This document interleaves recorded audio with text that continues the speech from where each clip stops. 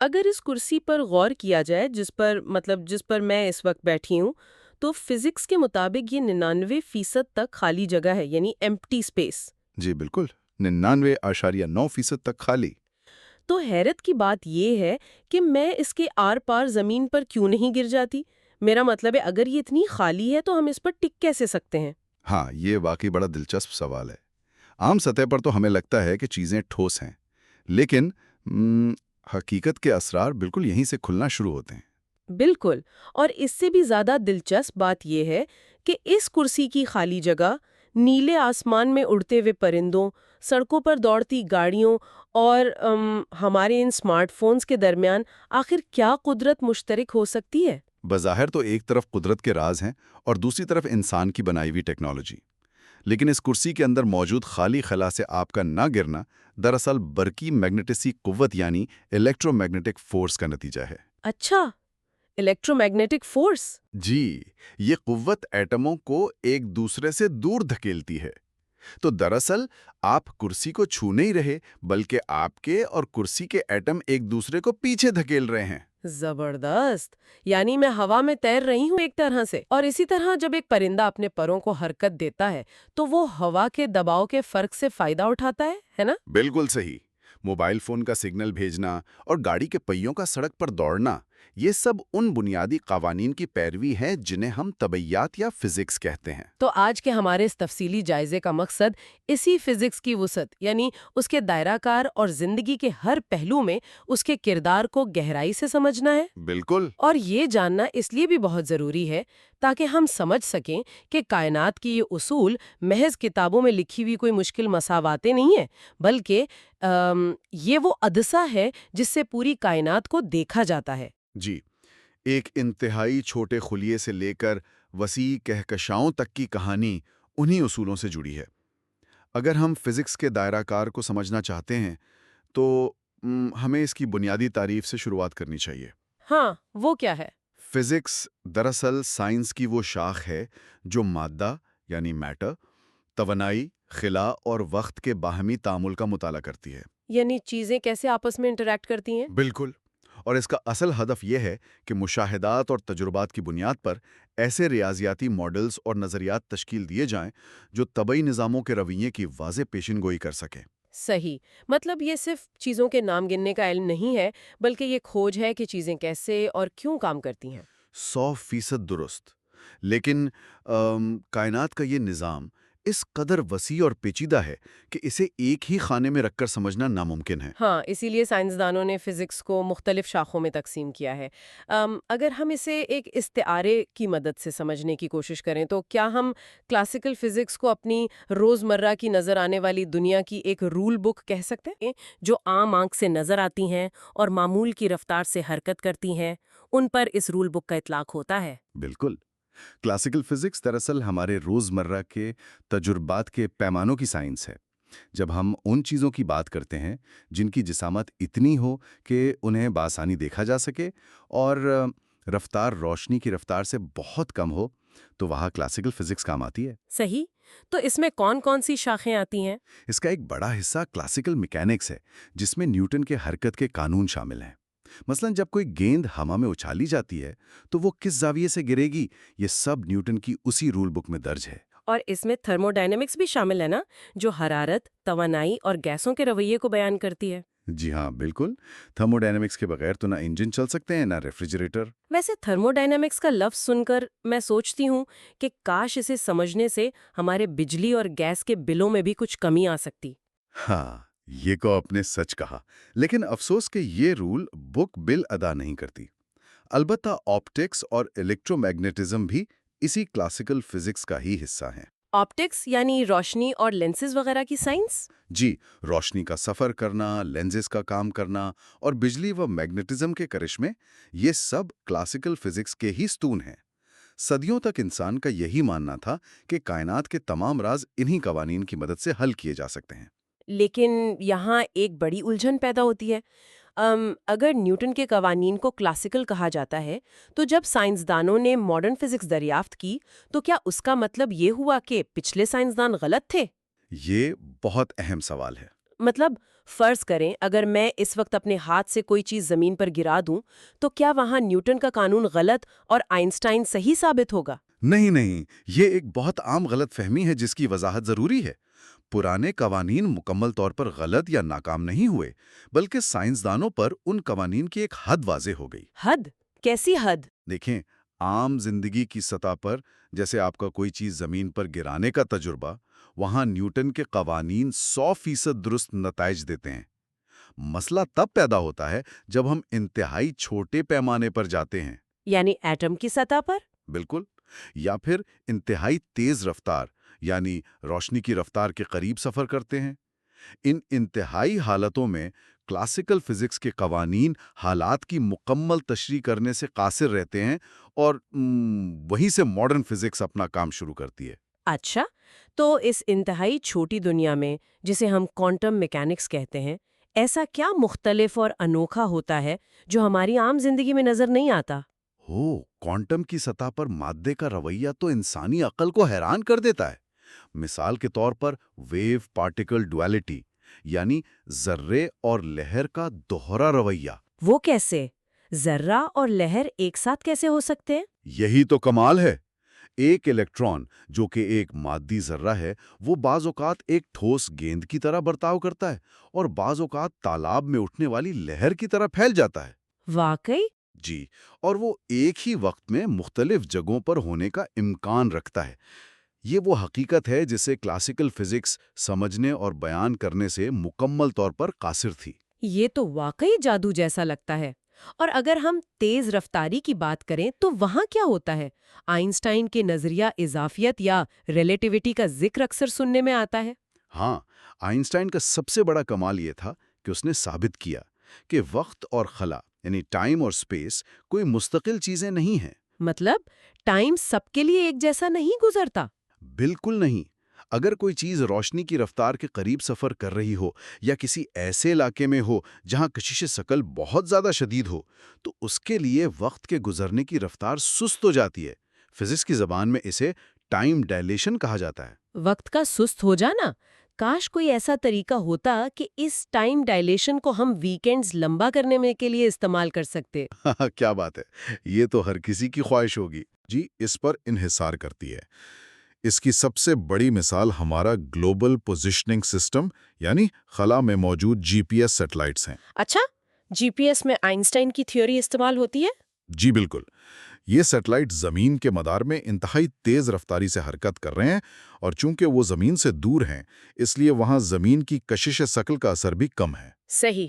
تو آئنسٹائن کے نظریات کی وجہ سے ان سیٹلائٹس پر موجود گھڑیوں کا وقت زمین پر موجود گھڑیوں سے مختلف رفتار سے گزرتا ہے۔ کتنا فرق ہوتا ہے؟ مائکرو سیکنڈز کا، لیکن یہ بہت اہم ہے۔ اگر سائنسدان ان سیٹلائٹس کے نظام میں ماڈرن فزکس کے فارمولے استعمال کرتے ہوئے روزانہ وقت کی ایڈجسٹمنٹ نہ کریں تو زمین پر موجود نیویگیشن ایپس اور گوگل میپس صرف ایک دن میں کئی کلومیٹر کی غلطی کرنے لگیں گے۔ اف، یہ بات واقعی ہوشربا ہے کہ خلا میں وقت کے سست ہونے کے تصور کو جانے بغیر زمین پر راستہ تلاش کرنا ناممکن ہو جاتا۔ بالکل۔ اگر اس سارے سائنسی نظام کو دیکھا جائے تو ایسا محسوس ہوتا ہے کہ فزکس دراصل کائنات کا ایک بنیادی آپریٹنگ سسٹم ہے۔ Operating system? یہ ایک زبردست سوچ ہے۔ ہاں نا، مطلب اگر فزکس آئی او ایس یا ونڈوز کی طرح ایک آپریٹنگ سسٹم ہے تو کیمسٹری وہ سافٹ ویئر ہے جو اس پر لکھا گیا ہے، اور بائیولوجی یعنی حیاتیات وہ ایپ ہے جس سے زندگی انٹریکٹ کرتی ہے۔ اگر یہ آپریٹنگ سسٹم کریش کر جائے تو بائیولوجی کی ایپ کام کرنا ہی بند کر دے گی۔ واہ، اس استعارے نے صورتحال کو نہایت خوبصورتی اور گہرائی سے واضح کر دیا ہے۔ فزکس باقی تمام سائنسی علوم کے لیے ایک ٹھوس بنیاد فراہم کرتی ہے، اور اسی بنیاد پر دیگر علوم کے ساتھ اس کا ملاپ ہوتا ہے۔ یعنی انٹر ڈسپلنری کنیکشنز بنتے ہیں۔